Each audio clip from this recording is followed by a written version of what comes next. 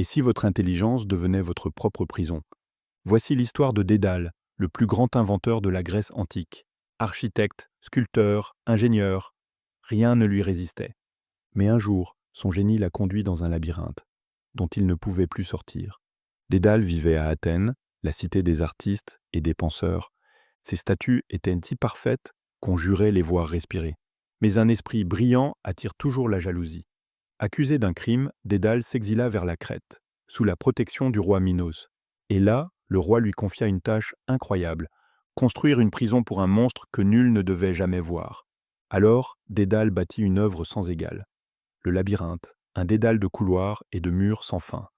Au centre, Minos enferma le Minotaure, une créature mi-homme, mi-taureau, née d'une faute divine.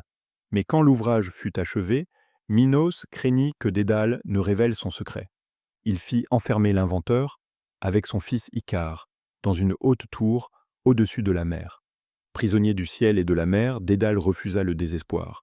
Il observa les oiseaux, leurs plumes, leur vol, et eut une idée folle. Il fabriqua des ailes, faites d'ouïes, de plumes et de cire. Puis il prévint son fils. Icare, ne vole pas trop haut, le soleil ferait fondre la cire. Ne vole pas trop bas, la mer alourdirait tes ailes. Suis-moi au juste milieu. Et ensemble, ils s'élancèrent. Ils quittèrent la crête, portés par le vent et la lumière. Pour la première fois, Dédale sentit la liberté. Mais Icare, grisé par le vol, monta plus haut. Toujours plus haut. Le soleil brûla la cire. Les plumes s'envolèrent une à une. Dédale cria, impuissant. Et Icare tomba, avalé par la mer. Cette mer, qu'on appelle encore aujourd'hui la mer d'Icare.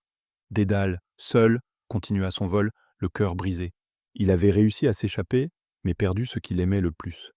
Le mythe de Dédale nous parle de mesure, de la fine ligne entre le génie et la démesure. Dédale a construit le labyrinthe, mais c'est son propre orgueil qui l'y a enfermé.